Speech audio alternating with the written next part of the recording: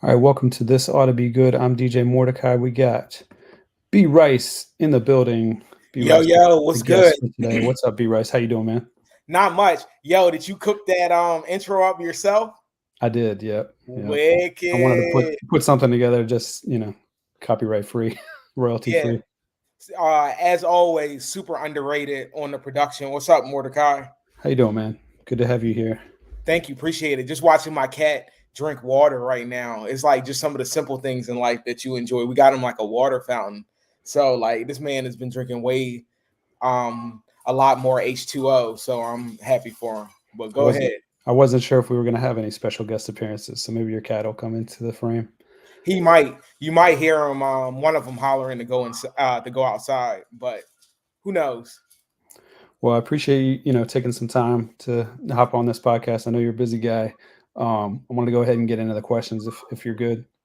Absolutely. Thank you for inviting me on here because I totally remember having just your mixtape, the mixtape with you and DJ Scruff illustrated. I definitely had that during my Richmond hip hop journey. I totally remember just the early 2010s that being in my drawer at my old apartment. So to be friends with both of y'all is definitely truly an honor. Yeah, I appreciate that. Shout out to Scruff. So we're gonna go back a little bit before that. Were you born and raised in Baltimore? I wasn't born and raised in Baltimore. I actually was born here in Richmond, Henrico, St. Mary's. My mom is from Fredericksburg, and my parents they were here. Like my parents are divorced, so my mom's lived here in Richmond, and my pops he lived in Danville at the time. So like my mom I lived with my mom, and then I ended up going to after a little while. I ended up just going to move with my dad, like because I was already spending like half the time here in Richmond and half the time in Danville. So like eventually when I was like 8 or 9, I went to move with my pops and my stepmom in Danville, and then I ended up moving to Baltimore because my pops is a minister. So in late 1995, he got called to a church where he still is today, Faith Baptist Church. Shout out to Faith Baptist Church in East Baltimore. And he got called there late 1995, early 96. So I end up moving. It's me, my pops, my stepmom, and my brother. We end up moving up there. And then I end up staying there until August of 2005. So I spent uh literally like half of my like growing up in Richmond and the other half in Baltimore until I moved back to Richmond. And then what brought you back to Richmond? Was that for college? Yeah, it was for VCU. Got accepted in the VCU. Was thinking about going to North Carolina A&T, super heavy. Got accepted in the Morgan State University, legendary radio station up there. Definitely put me on to a lot of good jazz. Me and my pops used to listen to that on the way home from school. Yeah, but yeah. So when you were looking at colleges, was radio something you were considering or interested in, or because for me, I was looking around, and I remember being kind of serious about maybe going to NC State because they had a really good radio station when I was looking around. Not really. I think the whole college experience. I was super just like young, so I just like I wasn't thinking with that uh with with that type of 4D chess mentality yet.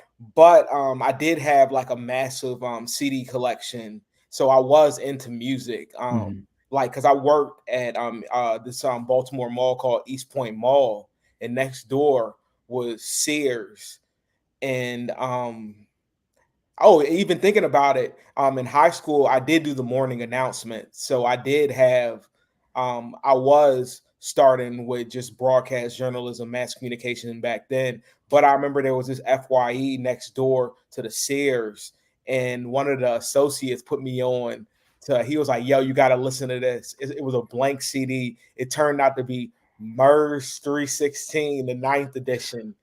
And I would just be getting hit with just things like this. So when I got to VCU, VCU is already rich in like Richmond hip hop culture there, but I wasn't thinking about it necessarily. I was trying to think about it earlier today. I can't even remember how I got involved with WVCW at the beginning, but I'm Yeah, happy I got a chance to. I was looking, trying to do my research, going back through some timelines for you. And did you do any shows on WVCW, VCU's radio station?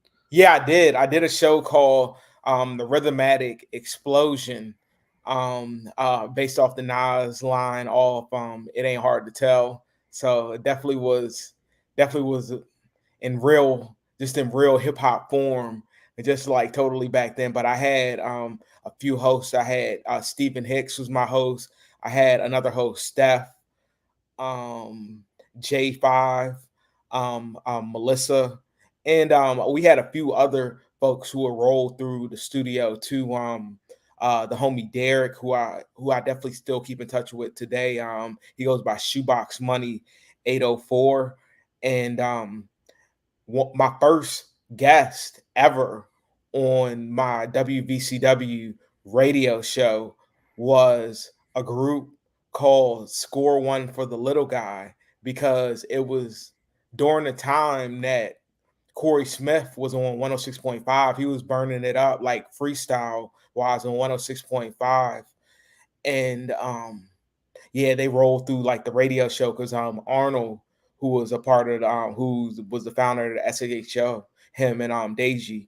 But Arnold told me just about how Corey Smith was just like burning it up. He was like, yo, you should have him roll through your show. So he did, and Obliv rolled up there with him, and DJ Shermsky used to roll through too as well. But yeah, it was definitely good times on the VCU radio show, and I ended up becoming hip hop director there for like a little bit too. But it was so early in the game. Like I look back at that time, and I was just like I was like probably 21, 22. So you're just fully just becoming an adult, so you don't realize how big connections in the radio game are. So I would just do my show and then just go home pretty much. I got sent to CMJ. Do you remember College Music Journal? Mm-hmm, mm-hmm. Yeah, I got sent to CMJ and got a chance to meet like Pete Rock and Chuck Creekmore from allhiphop.com,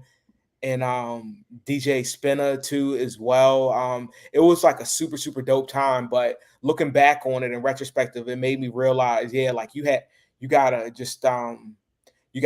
just email and just stay in contact with just like some of the artists that you love to spin for your show, to be like, yo, I'm spinning this on the show, and like make sure you get like the radio edits. But I did get radio edits back then too. This was 2005, 2006, so we're still getting like CDs. I remember we got vinyl, and I was looking at one of the pictures with me at VCW not that long ago, and in the background this is 2006, so vinyl wasn't nearly as hot as it is today. In the background is the Roots Game Theory, and I'm like, yo, it was just sitting there. Like I don't think it would be sitting there today, but yeah, it just shows you just kind of how simpler times were back then. Mm-hmm. Shout out to Stephen Hicks. Shout out Obliv and Score One for the Little Guy. Yeah, Did sure. I read right? Did you do a 7 a.m. radio show on WDCE Yeah, 90.1? I did a 7 a.m. Radio show for a couple of years. It was right before, I want to say Todd Ranson of do you remember his show? Mm-hmm, mm-hmm. Yeah, shout out to him because he just That Lob Lollipine? yeah, he just Mm-hmm. got a big shout out in Style Weekly. So definitely big ups to him. But yeah, it was Beats and Breakfast 7 a.m. to 9 a.m. with me, and shout out to Tan Carter back then, and also my homie Spoon and my homegirl Tish would host it too sometimes as well. But yeah, we had some really great people roll through. Mike, Nick, Clef rolled through an episode.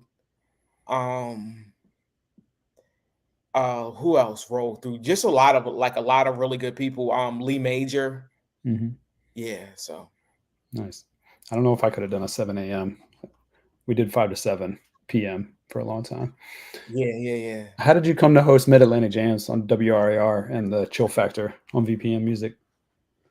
Oh man, it's Mid Atlantic Jams was like a a long, it wasn't like a long process, but it definitely was a process. After I stopped doing beats and breakfast after a little bit, and then after after that I just went on just like a little hiatus from just hosting any type of radio. But shout out to Hip Hop Henry, because Hip Hop Henry invited me one day through Facebook, and he was cool because he was super cool with Clef. I was super cool with Clef too as well.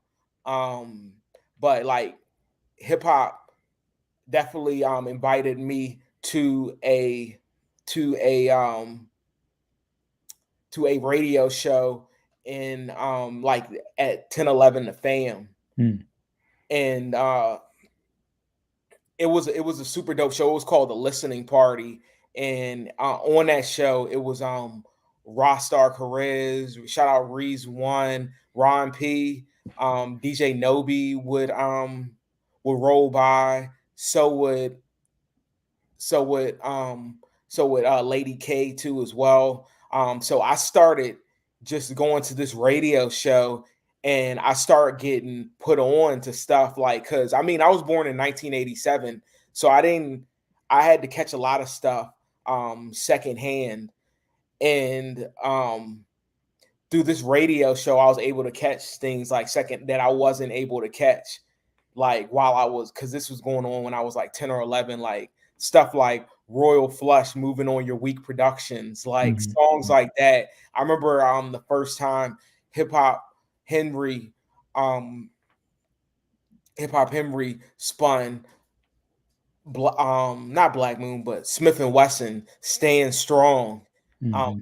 That was super super just epic. Just me, the first time hearing that. I walk around town with the pound strapped down. Yeah, just hearing that for the first time was just like crazy. And then another time that really I feel like kind of swayed my like ear, like music wise, is when I was at my mom's house chilling, and MTV Jams had a throwback like a Saturday, and I just had it like blasting, and Large Professor, I Just Want to Chill comes on, Mhm. and I'm like, wow, like because I recognize like the sample from because De La Soul used it, and then in it is that Jackson Enchanted Lady. Mhm. So they used that joint, and uh I like I was like, yo, wow. So I just do my research on the album, and I'm like, yo, this album is like incredible, like the LP. So I just start going just down a rabbit hole. I eventually just find out about just the underground run, or in mainstream too as well, that Buck Wild, the producer, went on, and I've become like a super fan of that. And I start also becoming just a real big fan because around the same time, it's like 2015, 2016, like Mutant Academy is really forming in like Richmond, Concept Jackson and Fly Anakin, and Obliv is like super, super cooking, as he, of course, as all of them are still today. But yeah, like I just remember that, and just having such a just a fascination just with like the music just during that time. And that, I think, just this whirlwind of stuff happening during that time kind of led to like Mid Atlantic Jams happening at WRIR, because I ended up becoming a a like a board operator after a little bit. And then Mhm. I just one day asked, do you have any open time slots or anything like that? And I asked Enzo that, and yeah, I just ended up getting like a time slot. It was like 11 p.m. to 1 a.m. It was right before Black Lick show. So And what yeah. about Chill Factor on VPM? How did that come about? Oh, that started. Oh, nice. I saw the super. Shout out to you on Mordecai. Appreciate it. But yeah, yo, that pretty much started in that started in 2023, yeah, because I've been doing it for a year and a half. I first started off of VPM working in master control. Shout out to Mark. And I ended up running into a guy in the hallway named Travis Pope, who we would just like casually talk about just like records and like music and stuff like that. So the 50th anniversary of hip hop is coming up, and this is way before everybody started to like celebrate it and stuff like that. This is when, because you remember when Primo started first, he started Mhm. first doing it because he came out with that EP with that Remy Ma Rhapsody song on it. But I remember Primo like started just talking about the 50th anniversary. So I just pitched the idea to do a special and the call, and we ended up calling it BPM Hip Hop Heritage. So that went really, really well. We were definitely, like I said, like kind of like ahead of the curve when it came to celebrating the anniversary, and it was on point. I went back and listened to it the other day, like factually, it was like really, really on point. So a couple months later, I just I don't know if I asked or like possibly like the idea came up for like a hip hop show. Um, but like both sides have been talking like to like possibly do something else. So yeah, the chill factor happened um as a result of that. And that's a reference to Clef's group Ill Biscuits and their song The Chill Factor, right? Yeah. Yeah, definitely rest in definitely rest in power to Clef. Because I totally just remember him seeing like the journalist I could be like before I even like saw it. Like to be 100% honest. Mhm. I'm Go ahead. I remember he had a tweet that was just like he had like a bunch of just like journalists. He was like, yeah, keep the culture going, and it was definitely an honor to be in that tweet. Mm. Yeah, so One thing I saw, I think it was your AIM name reference, maybe Black Star. Are you a big Black Star fan, or wow, were you you found my. earlier? Oh, I must still have that on Facebook back in the day. Yeah, I definitely was. I can't front. Yeah, like I definitely did run the Black Star album into the ground, as all of us did. Was totally waiting for another Black Star album in the early 2000s, and I definitely had Most Def, of course, the New Danger, of course, Black on both sides too, as well. But I was like, this is take you back to the CD era and like the CD burner, because a lot of these songs weren't available to you. I asked one of my friends in high school, "Yo, you think you can burn me a mix and put that Most Def Beef on it?" And that's like a 2004 2005 single. So yeah, you can Mhm. definitely say I was a Black Star fan. Still am to this day. Their last joint, No Fear of Time, was good. I liked it. How did it feel to talk and interview Sean J. Period after being a fan? Oh, that was great. That was real great.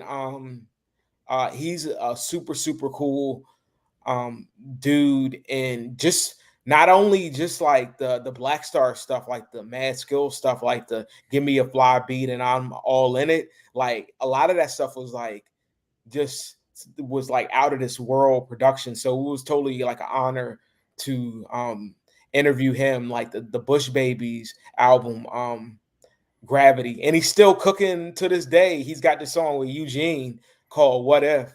That Mm. joint is like really, really good too as well. So yeah, definitely shout out to Sean J. Period. What role do like Richmond hip hop artists play like in your programming, and why is it like important to you to like feature them?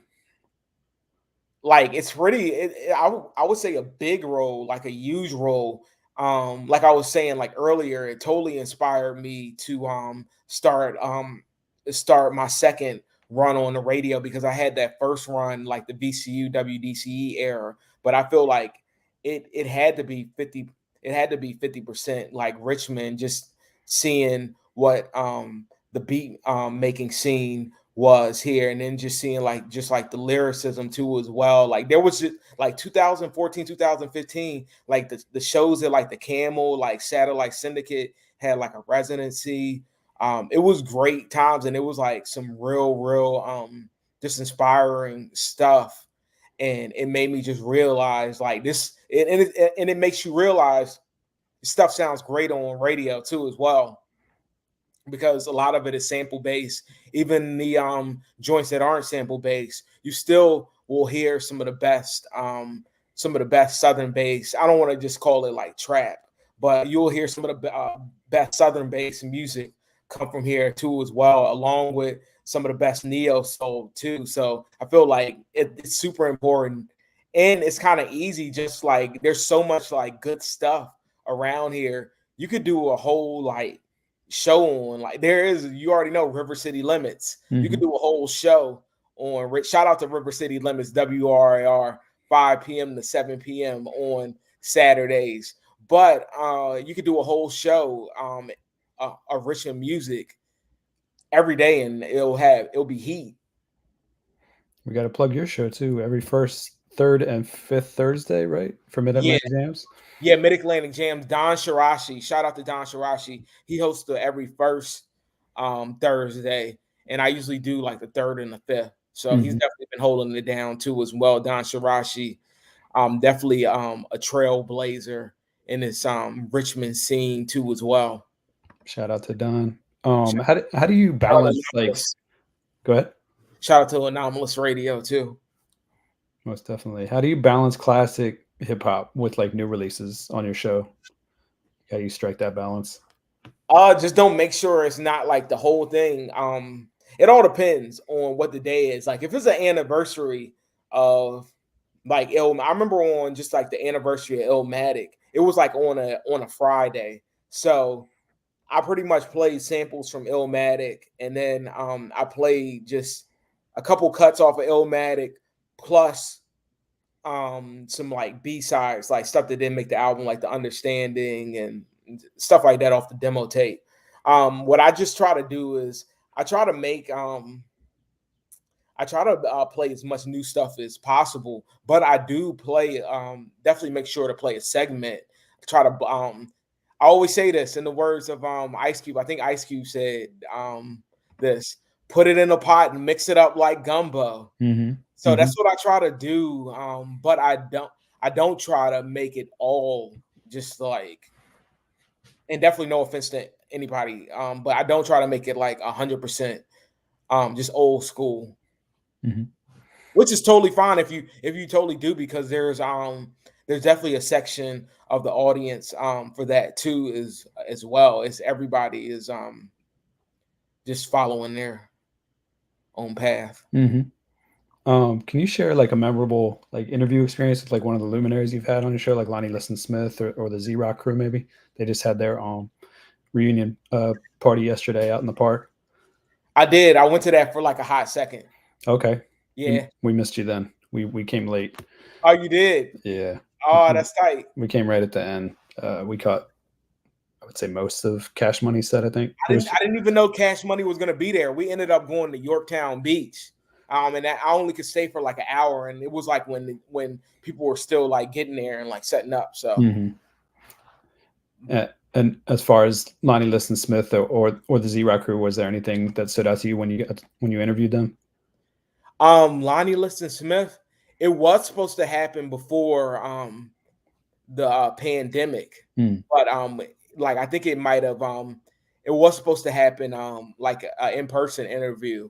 But the pandemic ended up happening, and then we ended up just doing it like a few months later. But yeah, Lonnie is extremely like cool, and I could tell you something. I actually can tell you this.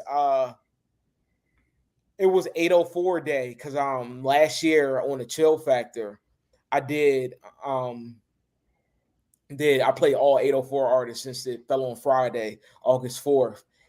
And I played Lonnie Liston Smith. I played the joint off of it's the same album that has, oh man, it's gonna bug me. But it's the album with the bluish. It's the one that has that Conscious Daughter sample on it.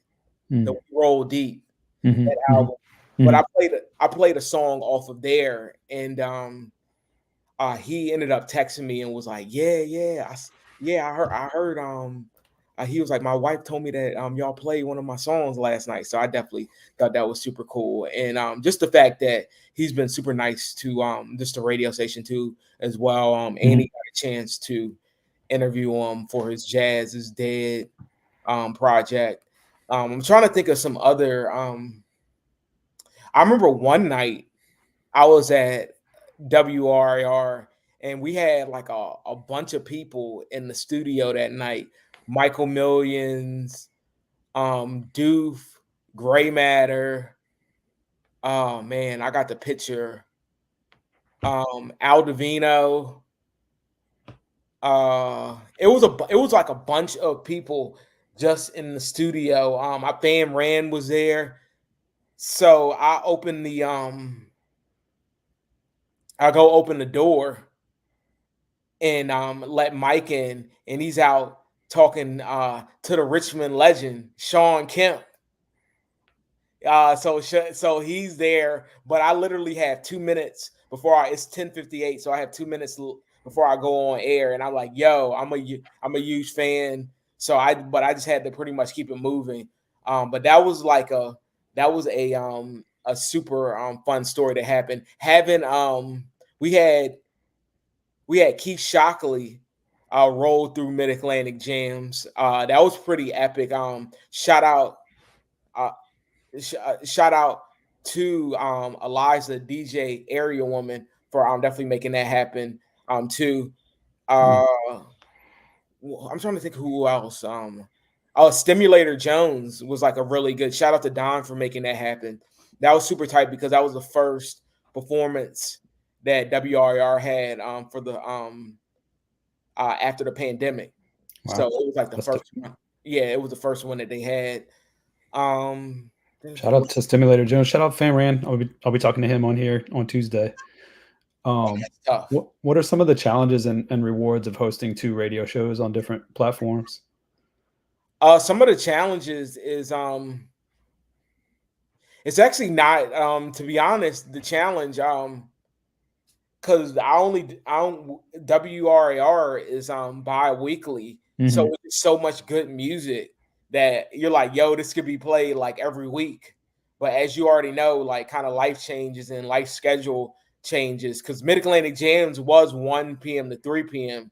like every week for like the longest time, Mm-hmm.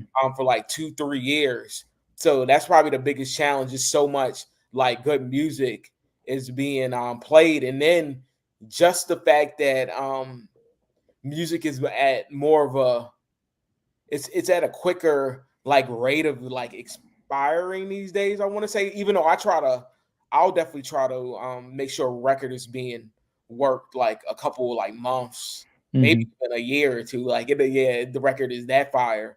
But it's like, yeah, music is starting to be expired a lot more, and then just the battle that you already know with like the streaming services like Spotify and stuff like Mm-hmm. that. So that's always Mm-hmm. be rough. How do you stay updated with like the latest trends and releases in hip hop? Shoot, luckily you have a bunch of it's still well, a good thing about just these days, you still have a bunch of people working records, like a bunch of like PR people just like sending you records and things like that. You had YouTube, you can go down the YouTube rabbit hole too as well. You might find like a CD or something like that, or in Plan 9 or something like that, and you realize, oh, Cold Chillin' put this out. Oh, that's fire. You might throw that into like the mix, just like an old school like record. Mm-hmm. And I'm trying to think of other just ways. So Yo, shout out digging in the crates and promo. Mm-hmm. yeah, promo. Shout out to also shout out to these local these local blogs too as well, like Randy Wilson podcast and like here RVA. You definitely get the, if you really are paying attention, just like, yeah, if you're not worried about the wrong thing on like social media, you'll find like some really good like music and stuff like that on social media and on Twitter. And people will send you music too as well. Like a lot of, I get sent like get sent a lot of music too. So shout out to everybody who sends me music. Can you describe your process like for preparing for a radio show, like from planning the playlist or conducting interviews? Yeah, like I said, like it all depends, really depends on like the day. Like if it's an anniversary or something, or it's like close to like a holiday, or say it's like the year end wrap, I'll take it will be a like a show. I think the word you would use is topical. It would be like a topical like type show. But usually I'm just going for just like the new, like a lot of the newest stuff possible. I like to compare myself. I said this on air. I like to compare myself to the Richmond version of DJ Clue. So I feel like that's what you're getting. Not the most precise when it comes to like, because of course, yo, your turntablism is crazy, like out of this world. People like Scruff, like DJ Nobi, people like that. It's like their turntablism is out of this world, but not too crazy with the turntablism. But when it comes to just like the potency of just like the music and just like the exclusive, like you might hear something that you like really never heard, or something that's not available right now either. Uh So selections and exclusives. yeah. That's your bread and butter. Yeah, and new, like, yeah, definitely stuff that kind of just dropped too as well. I try to find like but it all, like I said, it really all depends. Like, yeah, it definitely all depends. What impact do you hope your shows will have on like the local hip hop community and like a broader audience? I just wanted to be an example that radio is definitely still around, and that radio is gonna continue to be around. And also, like Chuck D kind of compares it to like hip hop to be like a CNN for the youth or a CNN for the ghetto. Um, and so like I try to just make it as just like balanced and just like realistic as possible. But yeah, like yeah, just trying to make some epic, timeless material, put people on some good music. Nice. How do you think the Richmond hip hop scene has like evolved over the years? And like where do you see it heading? It's evolved over the years. It's gotten That's a really, really good question. It's just gotten more, like you said, like just evolved. It started just with just kind of pretty much like hip hop, and you had like of course Mr. Melody, cats like that, the Two Deaf crew, which are yeah, you had Jake Jaquan on recently. That was that was real dope. That was real dope. But it just started off with that lineage, and it just started. I feel like just as hip hop started to become more multi um multi genre, because you know there's like different genres of hip hop. It kind of was like that with Richmond hip hop too as well, because when it first started it was just like your typical possibly boom bap, like inspired by New York, but then you saw in like you saw, of course, you had From Where, that was like a traditional boom bap classic record. But even the Super Friends album, that had more of a bounce, that first one, the 804 compilation. So you just saw it you just saw it get different. But the thing is, Richmond it is super reflective, and it's great because it's right in the middle, so you will get a northern and a southern influence on things. So I incredibly like that. Hopefully I answered your question right.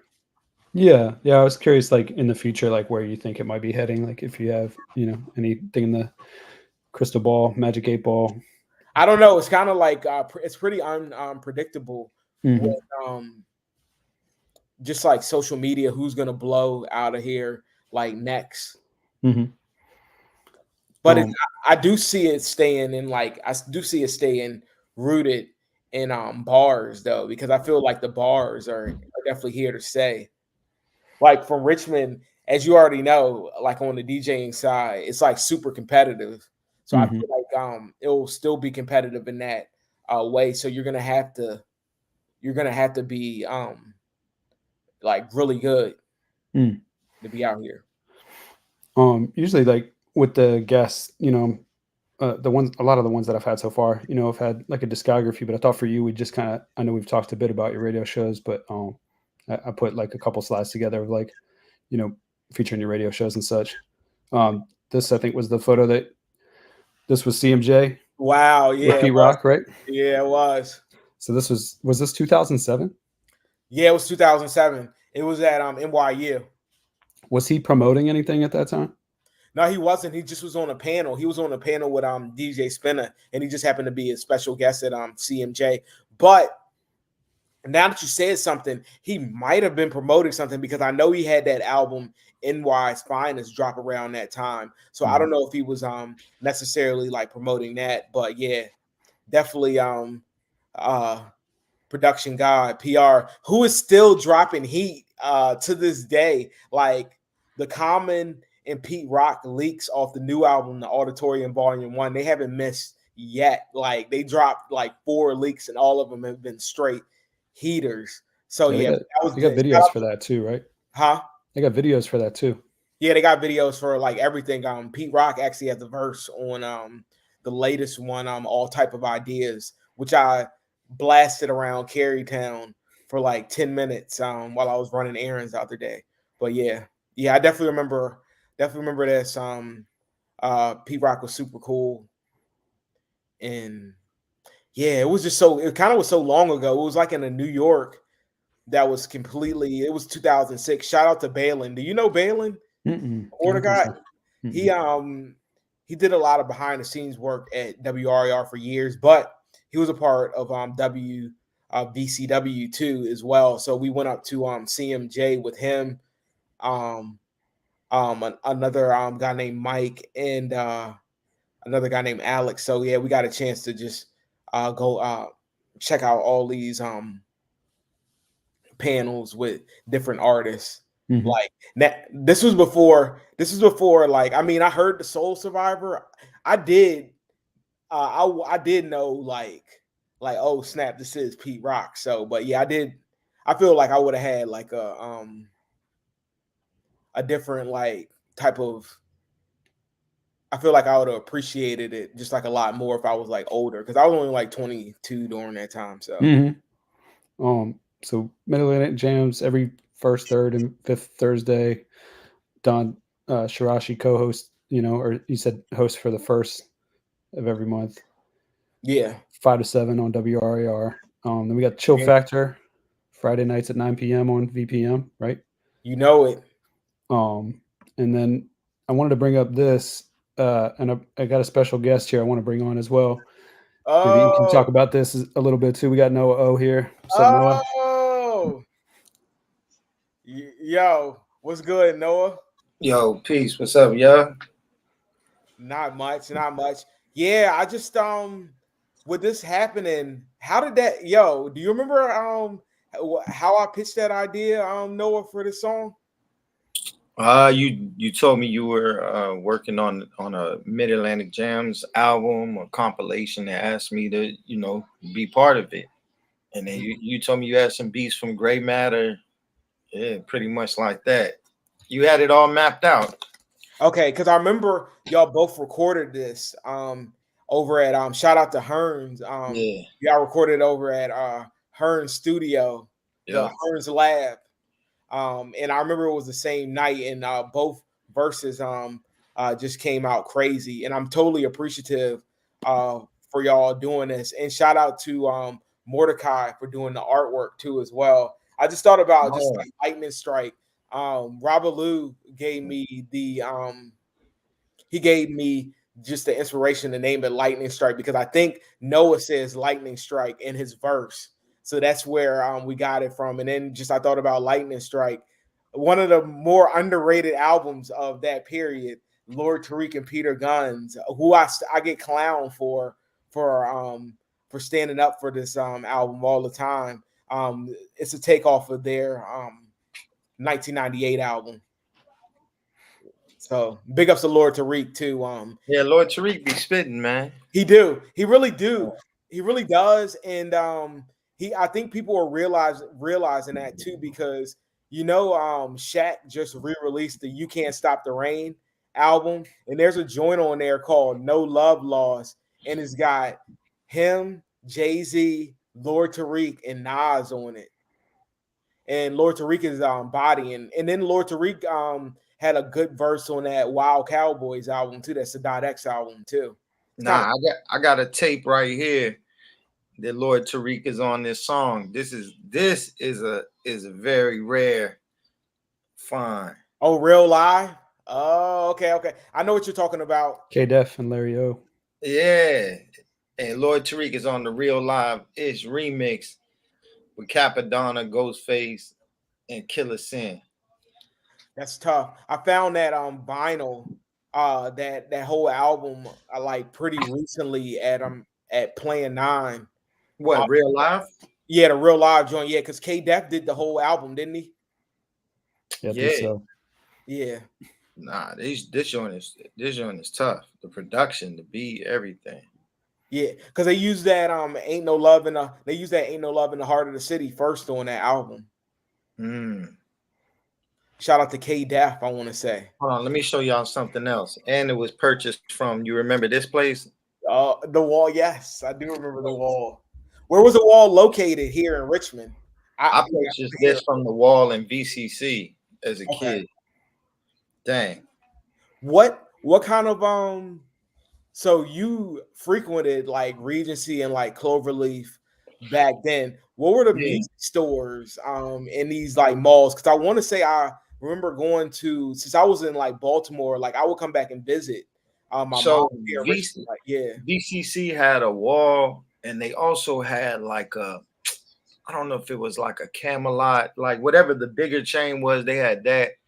Regency had like a Camelot or something like that. And then I remember Willow Lawn had a Tower Records. That's where I would like. Yeah, that was the king of all of them. But back then every mall had like that same record store. I forgot who it was, but whatever. I'm from Chesterfield. They had Sam Goody and Music Land. Yeah, all those type places. Peaches was on I think Midlothian Turnpike. Yeah, they had Peaches. There was one on Midlothian and one on West Broad. I remember going to Willie's, and the staff really wanted me to listen to the White Boy soundtrack. Yeah, I used to go to it's okay. The Willie's on Azalea. That was the one. There was one on Azalea, Southside Plaza, I think Mechanicsville, downtown. I remember going one out in like Hopewell on like I knew all the music stores where I went to like every. Yo, that's crazy that there was a Willie's in Hopewell, and like Willie's doesn't even like exist now. Yeah, whatever that main street is, like Oaklawn or some boulevard. I think there was one over there. But I went to the one in Azalea like a few times though. The one yeah, that was one close to where I live. So. Yeah. Before we get away from Lightning Strike too much, did the full compilation drop, or is it still forthcoming? It was funny. It's about, I can go ahead and like announce it. It's definitely about because I was talking to Noah about this the other night. It's gonna drop in August. Just getting like, you don't realize Cypher Sounds commented on this recently because he was celebrating the 20th anniversary of the Clones compilation. Putting together a compilation is probably definitely the hardest things you will do, but it's got like maybe one or two songs still like that have to be mastered, and then a couple people working on the artwork right now, and it'll be out, but it should be out in August though. And I remember for the mixtape, was it Rich City Venom? You were big on Bird Park, and I really like that joint. Shout out Yeah. to Mentos. We had Mentos on the show a few weeks back. He talked to him, I think last week. He was really bummed that he couldn't make it to Charged Up Fest because he had COVID. Oh yeah. Wow, I didn't. How did that go, Noah? Oh, it went well for our. Yeah, well, first shout out to Mentos, man. Glad you made a recovery.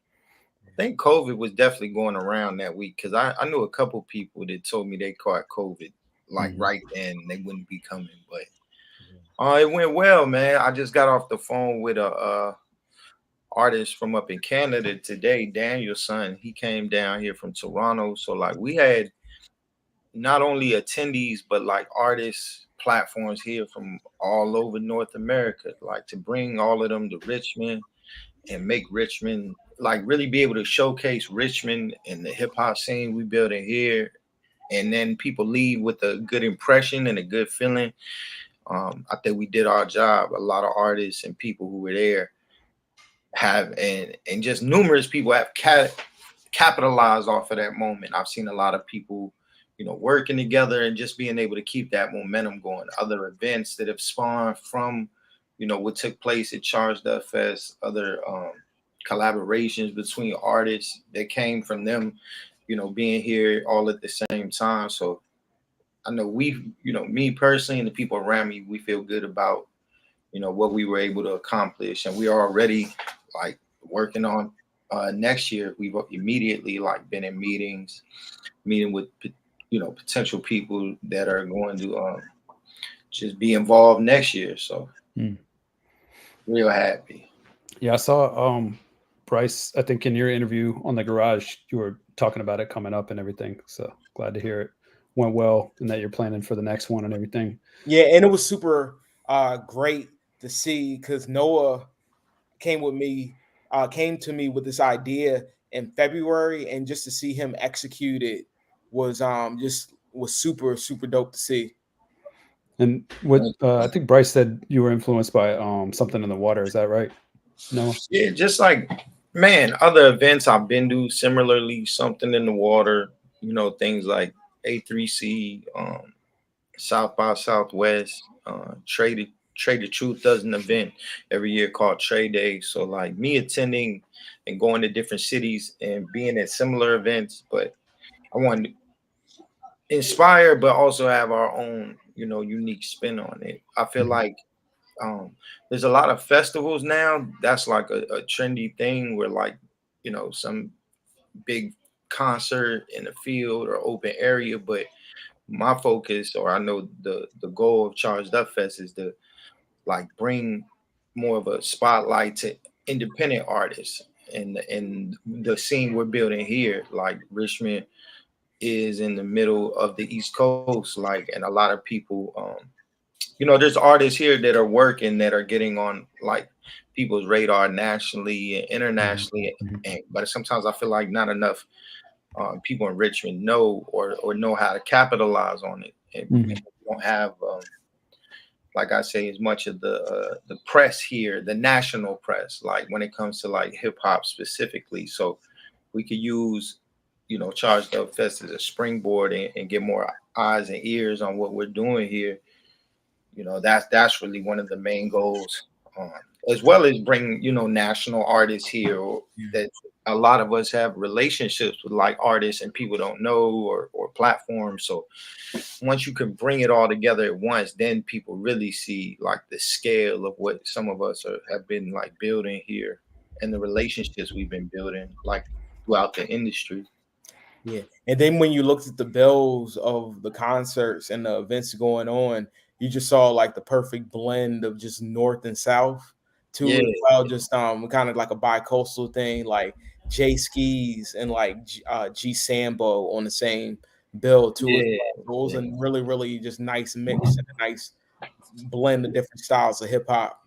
Yeah, I feel like that's like what Virginia is. You could have you'll have somebody here who can grow up in like some rural area, and they probably grew up off as much like southern rap as much as they have like quote unquote real East Coast hip hop. And that's like a unique thing, you know. But I feel like sometimes the people keep the world separated when it comes to like shows or, and I understand like why, but everybody kind of listens to everything. If you even if you listen to somebody like West Side Gun or hear him in interviews, like he likes like those other types of rap, even if his music doesn't reflect it. So I just know with Charged Up, I've always tried to like figure out a way to highlight both, you know, or show all the influences, but still make it make sense. So like, yeah, that's not gonna change, man. We had, like you said, like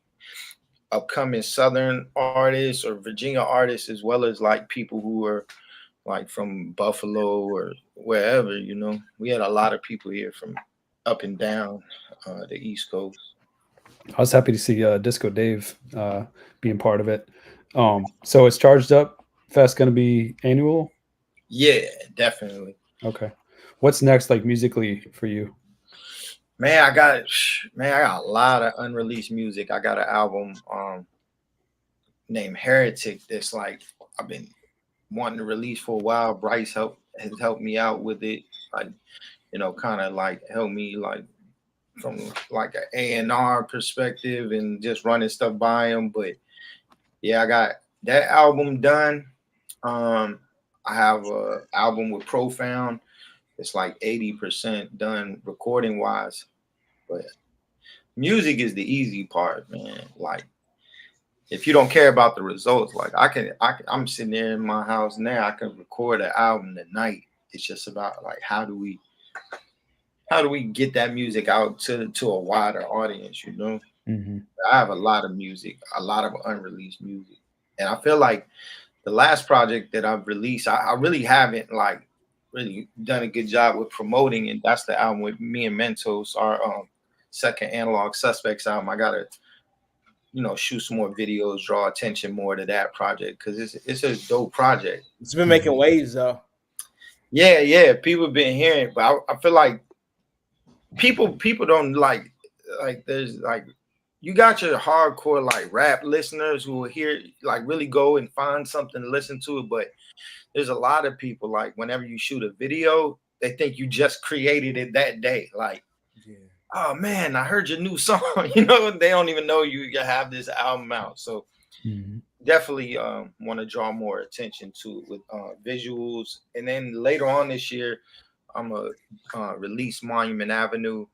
It's the 10th anniversary of Monument Avenue, so I want to release that on vinyl and also shoot some of the videos for the tracks that I never shot off of that. So I saw them playing that joint with Skills at the Black History Museum yesterday during that panel that you did. Yeah, that's why Totally forgot about that song. Nah, we so on that panel, we each like picked two songs. One song was like a song that inspired us from Virginia. So like for that song, for that choice, I had chosen like a D'Angelo song, and then they said choose one album from your, you know, catalog that you What really D'Angelo like. song was it? Oh, Lady. Okay, all right. Okay, But I told them why, because it's crazy. Like half of us on stage when it was like a listening to a live playlist, right? Like half of us had chose a D'Angelo song. So I was like, man, I know the effect D'Angelo's had on me personally, but that was just crazy to see. Like, you know, four or five rappers up there, and instead of playing a rap song from Virginia, we chose a D'Angelo song. But that's like the impact he had. Yeah. And then you want to hear what's something crazy too? Right after that, you know, so we were saying how much D'Angelo affected us, especially being from Richmond, and how he really like pioneered, like he was like the one who introduced neo soul to the world. Yeah. So last night I went to an Angie Stone concert in Southside, and she said that live on stage, and I was like, wow, I know that we felt like that being from Richmond, but she said it. She was like, you know, I just want to show love to D'Angelo, not, you know, he didn't what she said, she was like he didn't like birth neo soul. She was like, Yeah, because she don't like to use that term, she was like he helped bring soul music back when he came out. yeah, that voodoo, yeah, or just even from his first yeah, album. with Brown Sugar, yeah. I was just thinking about I was thinking about Voodoo. Just I know Brown Sugar. That was like the beginning. Yes. That was like the first classic. But Voodoo, I didn't realize like how much of a. I didn't really realize how much of a classic it was when it was Oh yeah, yeah. But like just for someone like her to it say that, grew. Yeah, like sometimes, and I feel like that's kind of the thing about when you're from somewhere, like you don't realize how big the people are around you because you see them, right? Like yeah, we're here, but there's a lot of us who've done things that other people when we go other places recognize, even though all of us might not be like mainstream artists or have like major songs. Like there's people paying attention, but it's hard for people, especially when you're from a smaller city. Like people don't really always know, especially if they don't leave the city. yeah, And so I was glad to see like Mad Skills do that concert the other week, and it be on such a grand scale, because like there's always been this narrative. You'll hear artists, and especially if they're from a different generation, like, man, nobody's ever done anything from Richmond. And it's like, bro, you're tripping. You must not really like study music or study, music, period, to know for you to make a comment like this when, for my whole career, whenever I'd leave and go somewhere, they bring his name up to me. You know what I mean? Like, but I think that's just like a hometown thing. When you're not going anywhere, you don't realize who is who, or what people have done. But there's so many people here, like in one genre or another, who are like just really good at musically. yeah. I definitely agree. No, I wanted to ask, like, we talked about impact or influence from D'Angelo. What about Bryce? Like, what has his impact been like for you, or Man, influence? You talked about having him almost like an A&R on your latest like man, album or project.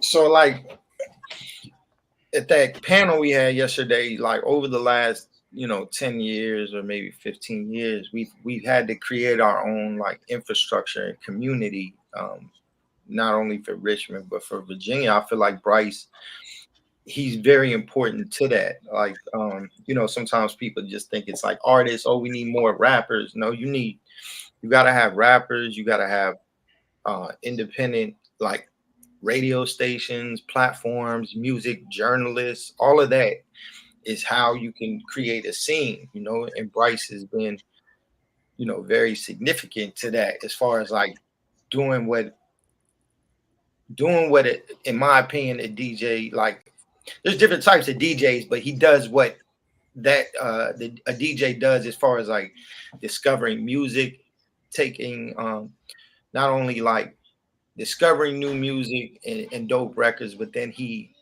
amplifies that by telling other people, sending it and sharing it with other communities of DJs who appreciate that style of music as well. So like I feel like Bryce has been been instrumental to that for this area, for Virginia, but specifically for like the 804, as far as like we have a lot of dope artists creating, just fire hip hop records. And Bryce, whether people ask him or not, he finds those records, he pays attention.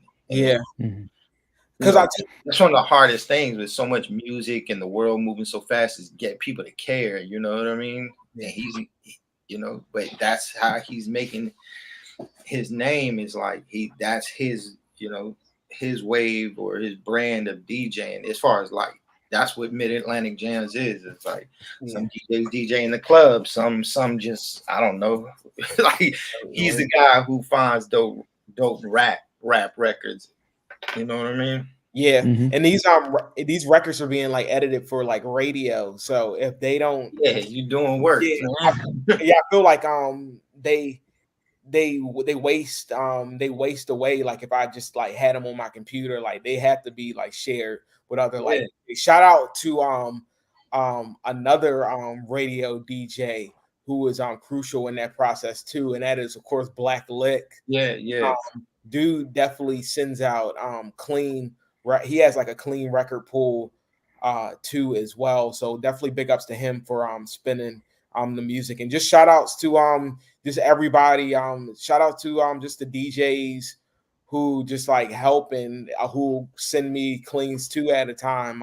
Shout out to Jordan from Toronto, and shout out to Mark from Top Shelf too as well for sending Rosenberg along with just like that real late show. They'll Yeah. definitely look out and send like cleans this way too. So Yeah, Bryce, I that's wanted like to. it's Yeah. like a radio. It's like a radio edit like community, you know. So yeah. No, but yeah, that's totally. what, just real quick, not to cut you off, that's what's Go ahead.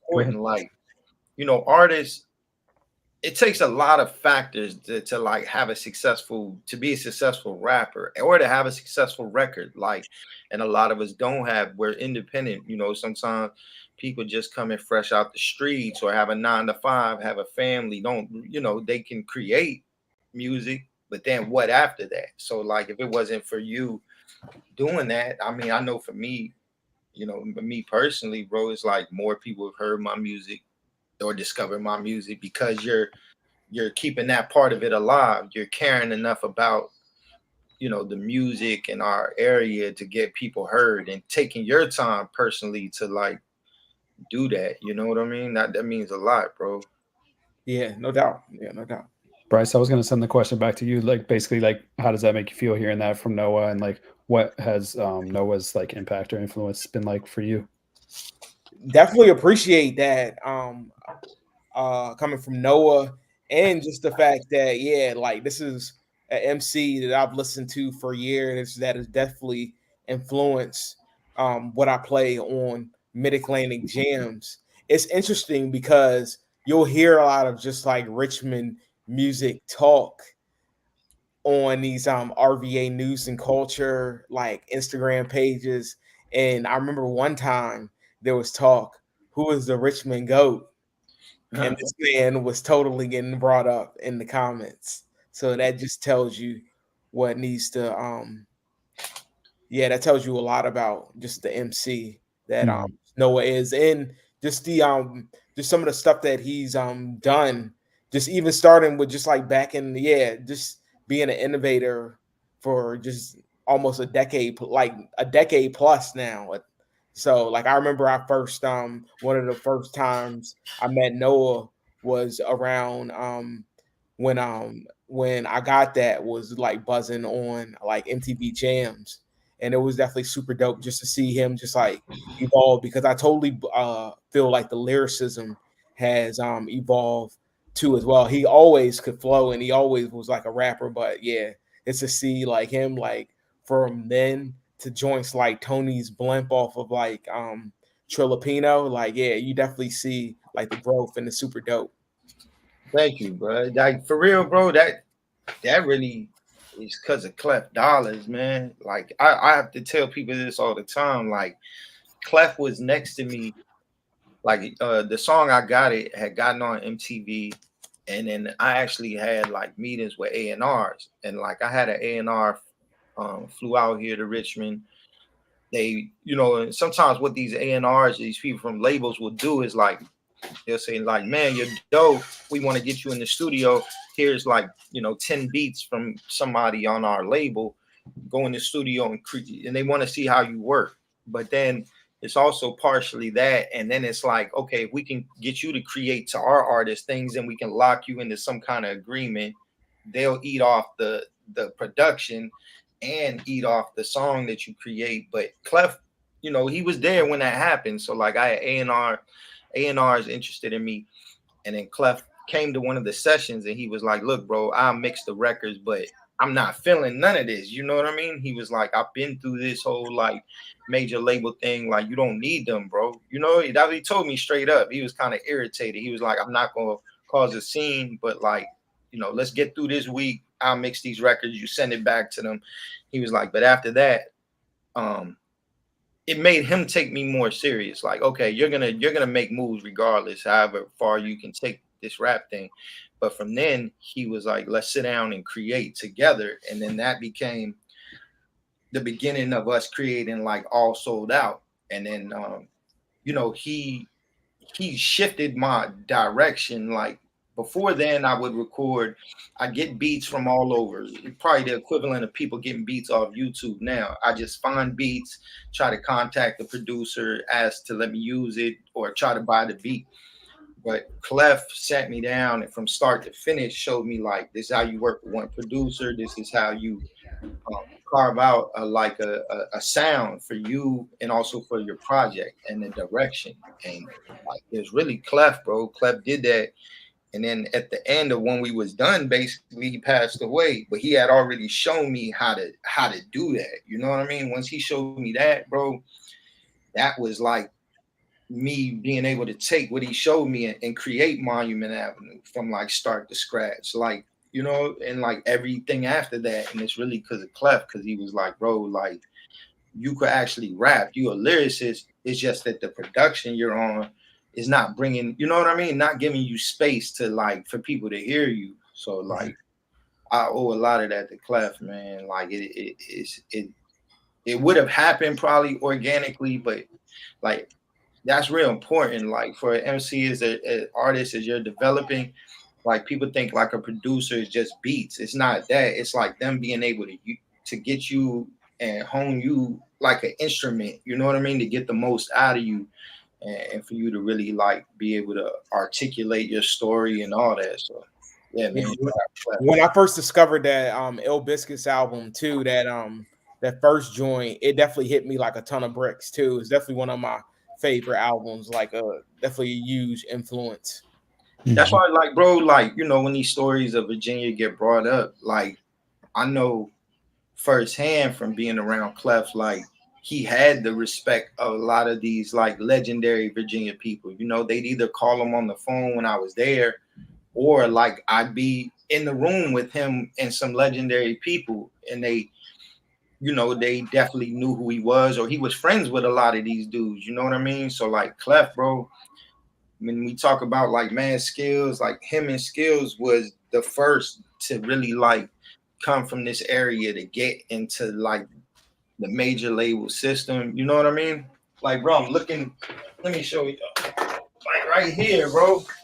This is Clef on Ill Biscuits white label with Atlantic, but their album was never released. But like, you know, that joint meant a lot to me. Like, this was like the first dude that had like seen, I guess, seen more than I had seen to actually like break it down to me how to navigate, like, and how to get, you know, just how to navigate the music. And go. I was about to say, you know, Atlantic, some subsidiary between of Atlantic, like Real Gone Music, I want to say they released the album on vinyl, like the Oh snap! Yeah, they did, like I want to say sometime last year or a year and a half.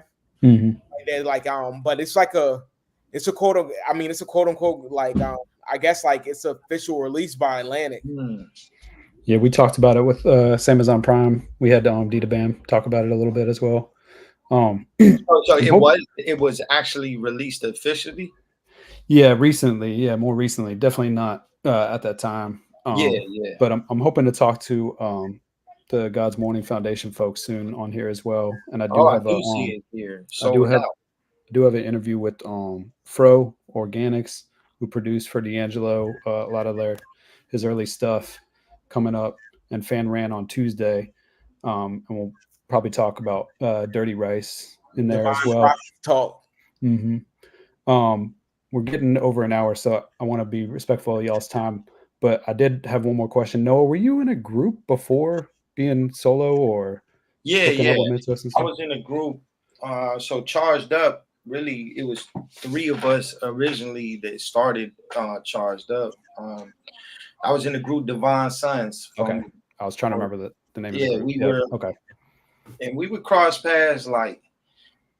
We would cross paths with like Fan Ran and them. They were Divine Prophets. We were Divine Sons. But I'm trying to think of who else I know from back then. Like we crossed paths with like Nick and, you know, people like that back then. But in about, I say when I was in my early 20s, like the members of my group started, we were trying to, like, they were starting to get into like production and songwriting. And when that happened, I didn't have any interest in those things. So like we were definitely all rocking still together, but I made I ended up learning how to record myself, like, and recorded my first mixtape, and that's when I started like branching out as a solo artist, or kind of getting known as a solo artist. Like I started winning battles. I think I won a battle back when there was Richmond and Nancy Reagan. I won that battle. From that, I got invited to like another battle, and then eventually I got invited to like Scribble Jam, and I was in like a regional or a regional you know, Scribble Jam battle down in Charlotte. I made it to the finals of that. If I would have won that, I would have got invited to the nationals in Cincinnati. But yeah, this like I was in a group, but I just started releasing music on my own in like 2006. So almost 20 years ago, bro. Bryce, did you have any questions for Noah before we let him go? We're probably going to wrap up here, but I just wanted to check before we get off. I'm trying to think. It's okay if you don't. He was a surprise. You weren't. Yeah, you weren't playing for that. I would have had Noah's like more discography ready as well. But I did want to talk about Lightning Strike for sure. Whether he was. Yo, it's crazy you brought up Fro Organics. Like Fro was one of the first people I worked with when I was a teenager. Okay. So he might bring it up, but he produced 3 tracks on this this Heretic album that's gonna come out hopefully soon. Okay, nice. Yeah. All right. Well, that's gonna do it. Unless Bryce, was there anything else you wanted to talk about or mention? Or you all good? It's definitely been dope. All right. Thank you, Noah. Thank you, Bryce. I appreciate it. I'll send you all the links once they're all posted up. Be sure to tune in on Tuesday for Fan Ran and more This Oughta Be Good podcast coming up soon. Peace. All right, Peace. Yo, I found that vinyl. Yep. Wow, that's just crazy. in time. In time. You said you interviewed Dita? Yep. How'd you find Dita? You knew who he was from Ill Biscuits? Yeah, he actually found me because I used the Ill Biscuits logo on a mixtape, and he was like, "Yo, I did that art," and I was like, "I didn't realize that. Sorry." Which one was it? Like that face or whatever? Mm-hmm. Yeah, the crazy face. Yep. I appreciate it, Noah. Nah, thank you, bro. All right, peace. Peace.